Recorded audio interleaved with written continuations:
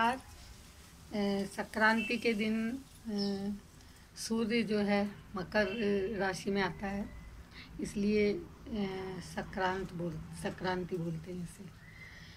इस दिन सभी शुभ कार्य जो है प्रारंभ हो जाते हैं, क्योंकि एक मास जो निकलता है मल मास, वो नीरस सा निकलता है, उसमें कोई भी शुभ कार्य नहीं होते।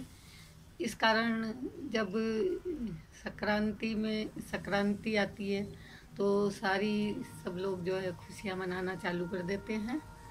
और कहा जाता है कि इस दिन सूर्य देवता जो है वो अपने पुत्र शनि के यहाँ काफ़ी दिनों से नाराज़गी चलती है, उसको दूर करने के लिए शनि के घर जाते हैं और उसको मनाते हैं। तो जब दोनों का मिलान होता है तो खुशियाँ मनती है, और जब नाराज़गी चलती है तो इतने दिन से कोई शुभ कार्य भी नहीं होता। जब दोनों का मिलान होता है तो खुशी के कारण सभी वापस से अपनी शुभ कार्य में जुट जाते हैं और कार्य करने लगते हैं। जिस प्रकार दाल और चावल का मिलान होता है, इनका मिलान होता है, खिचड़ी बनाई जाती है खुशी से, तो तिल का दान किया जाता है। ये इस दिन जो है हजारों लोग जो है नदी में स्नान करते हैं। स्नान करने के बाद ही पुण्य वो दान किया जाता है। कहा जाता है कि दान जो है स्नान के बाद जो दिया जाता है तो वो दान जो है बहुत अच्छा माना जाता है। इसके लिए इस दिन गंगा नदी जो है भागीरथी नदी के पीछे पीछे चलकर और कपिल मुनि के यहाँ से आश्रम से होती हुई और सागर में जाकर मिल जाती है। तो ये भी एक कहावत मानी जाती है उस दिन की। तो खुशी होती है कि सब मिलान हो जाता है उनका। और इस त्योहार को अलग अलग राज्यों में अलग अलग तरीके से मनाया जाता है। जैसे राजस्थान में इसको मकर संक्रांति या पतंग का त्योहार भी कहा जाता है।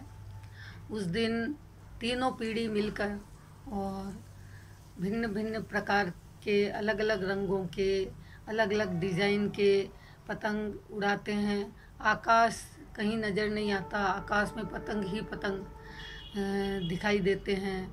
और इस प्रकार सब मिलकर इस त्योहार को मनाते हैं और तिल का और खिचड़ी का दान किया जाता है।